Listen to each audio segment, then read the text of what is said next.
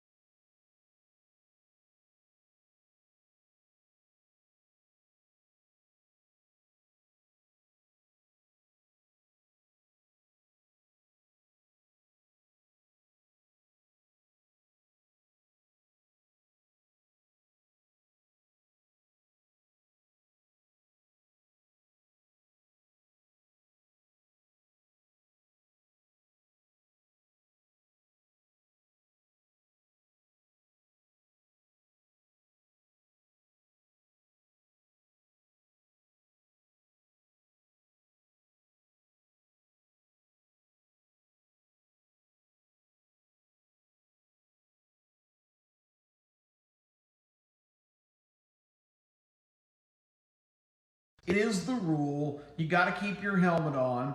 So the guy takes his helmet off, but Minnesota is given the option, and this is the part that has me just absolutely incredulous.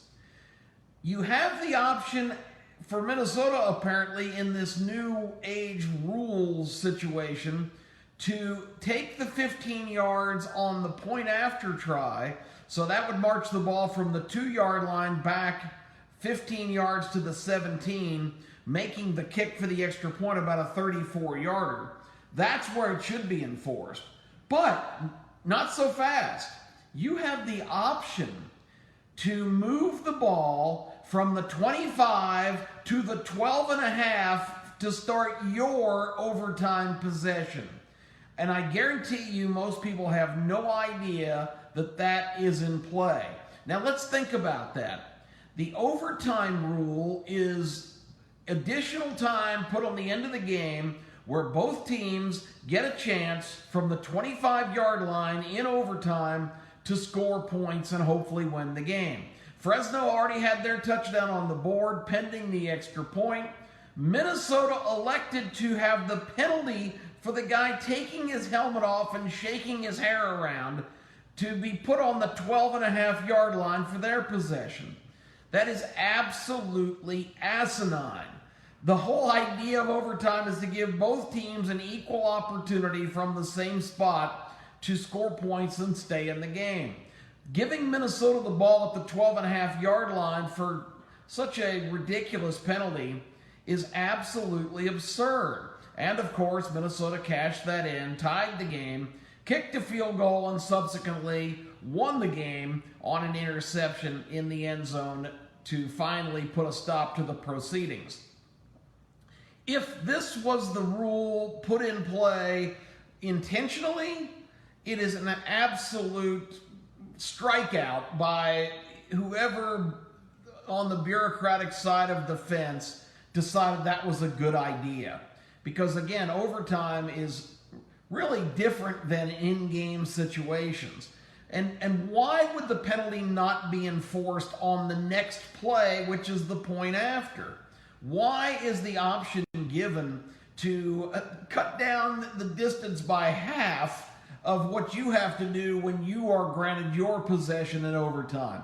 I found that to be absolutely preposterous. And if that is a result of just somebody overlooking that small fact that that option is available, or maybe it was even a mistake to start with, although I've heard no controversy in that quarter, it is absolutely ridiculous. If you're going to have overtime, it's got to be fair. It's got to be from the same starting point. You can't carry over a ridiculous foul and give a team just better their field position by 100%. So that was my first rant. The other thing I observed this week in the Army-Michigan game, Michigan, of course, a 23-point favorite. Army had every opportunity to win that game and let it get away in overtime. But I found it very interesting, back to the Big Brother era of officiating that we have, that in the third quarter of that game, a Michigan running back was tripped up at the line of scrimmage, was kind of stumbling a little bit. Going forward, a defensive back for Army came up and knocked him down. As the guy stumbled, there was some helmet-to-helmet contact, which of course now is absolutely the worst thing possible and punishable by ejection and maybe even imprisonment, I'm not sure. But this play was kind of bizarre. Anyway, they spotted the ball. The running back was shook up on the play. But during the time that he was down, the busy bees in the replay booth, or maybe back in the Big Ten League office or wherever this took place, started looking at the play. There was no flag on the field. But all of a sudden, the referee steps up, turns on his microphone, and says, "We have a call from the replay official. This is a personal foul targeting by replay. Use the word created by replay." So these guys had a few minutes while the guy was down on the field to look at the tape and go, "Oh yeah, it's helmet to helmet. This guy, number 8 for Army, is ejected. It's a 15-yard penalty imposed from the booth." The ejection and the penalty coming from the replay official. There was no appeal. There was no call on the field. They just had enough time. If the Michigan running back would have just jumped up and ran off the field and another play had been snapped, that would never have been called. So these are the kind of inconsistencies that I just find to be totally unacceptable, that, again, are making bureaucrats just as important to the outcome of games as the players on the field. There's a lot of distress for me, too, in the fact that this play, the running back was tripped up. He was still coming forward. The defensive back was coming up to make a play. How can you ask a player to determine if a player is, quote, vulnerable or indefensible? You really can't make that. You really can't make that determination, especially in this kind of a play, because as I mentioned, the back was still coming forward. So it's just a call that really bothers me, and it's the prelude to, maybe someday, very soon, we're going to have all the calls made from up in the booth. Might as well get rid of the zebras on the field. Just need one little short, fat one to spot the ball, and let the rest of them take the rest of the week off, because it is becoming more and more Big Brother football in terms about who's making calls. That was the couple of things that I saw in the officiating ranks and the outcome of games. As far as the teams themselves, I guess they're still a factor in how games come out. For the second week in a row, one of the bottom 5 teams in the FBS preseason rankings. There are 130 teams in Division I Football Bowl Series.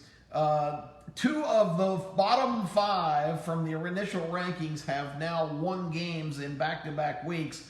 Of course, we saw Georgia State do it last week, going into Knoxville and beating Tennessee, which is still a shameful, shocking result. Of course, Tennessee really was agitated by that, as they dropped another game at home to BYU, who got waxed by Utah in their stadium in Provo in their opener.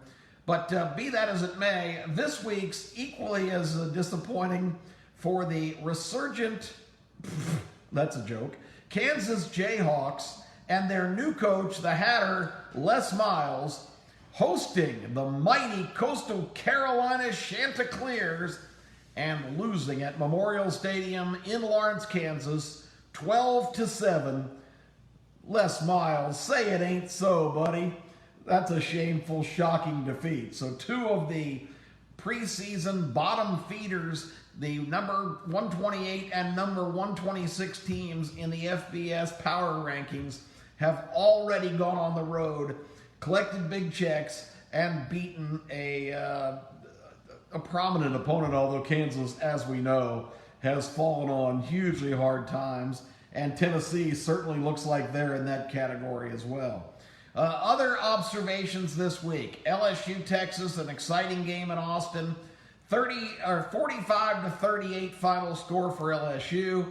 And isn't it amazing? All of the pundits, all of the experts, some of them are like Kirk Herbstreit are saying LSU probably deserves to be ranked ahead of Clemson and Alabama. Really? Give me a break.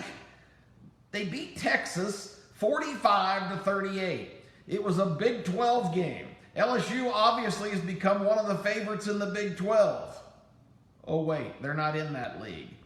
This was a barn burner, back and forth passing exhibition. Neither team could stop the other team's offense. No pass rush, no coverage downfield. It was ridiculous. LSU's defense, yes, the offense and Joe Burrow scored 45 points. Joe Burrow looks great. But Texas played like a Big 12 defense. Oh yeah, they're in the Big 12. I guess that figured to happen. LSU's defense played like a Big 12 defense. They ain't in the Big 12. They're in the SEC. I can just imagine what Jake Fromm or Tua Tagovailoa or a lot of the other SEC quarterbacks, gunslingers, are going to do to them when they get the chance to play. So all of this love and hoopla because LSU won on the road at Texas and gave up 38 points. I'm sorry, I'm not buying it. Go Tigers! Coach O, good for you, buddy. Great win on the road. Let's see you do it in your own league. Other observations. Let's give some props here. Congratulations to the Kentucky Wildcats. You guys are now 2-0 in the MAC, the MAC conference, as you beat a game Eastern Michigan team after knocking off Toledo last week. Once again, the problem is you're not in the MAC. Why are you playing an all-MAC schedule? And the Hawaii Rainbow Warriors beat Oregon State on the weekend. That's 2 straight wins over Pac-12 opponents. They will be playing another one this week. Hawaii, come on, Pac-12, just go ahead and put Hawaii in the league, since they're going to be playing an all-league schedule. And let's face it, the rest of your league is pretty embarrassingly bad. And props to one team in the Pac-12, though, the Colorado Buffaloes. There was all kinds of preseason hype about Nebraska, and it was the most unjustified hype of all time. Hype, of course, is short for hyperbole, and it was not deserved for the Cornhuskers. They struggled at home against South Alabama. They went to Boulder, had a big lead against Colorado, rebuilding under former Alabama and Georgia defensive coach Mel Tucker. And the Colorado Buffaloes came back and stunned the Cornhuskers in overtime and won that game. So don't buy into the hoopla. Oh, Scott Frost, he's going to bring it all back to Nebraska in his second year. Nebraska's first year last year was horrid. I don't understand where all the optimism came from. Martinez, the quarterback, is awesome, but Nebraska's defense is still garbage, and they are not a big contender in the big conference, maybe in their weak West division, but they don't look very good. Teams that did look very good, I underestimated Wisconsin. They just completely have smashed 2 opponents. Watch out for the Badgers going forward. They might be a great sleeper in the Big Ten or Big Conference, whatever they're calling themselves. And there's a couple of train wrecks like Rutgers. What a terrible ad to the Big Ten a couple of years ago. What are they bringing to your league? This team is terrible. They always stink. They got shut out again this week by Iowa 30-0. Why even bother Rutgers? Go back and play badminton or, beach volleyball, something else. You are just not suited for college football competition.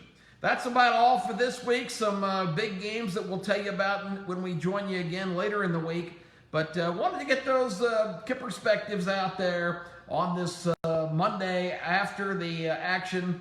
Everything's calmed down now. The poll is out. The top three are still Clemson, Alabama, and Georgia. LSU now sliding up into the 4 spot. It's going to be interesting moving forward as we watch the season unfold. Have a great Monday and a fantastic week, everybody. We'll join you later in the week to preview the weekend action in college football.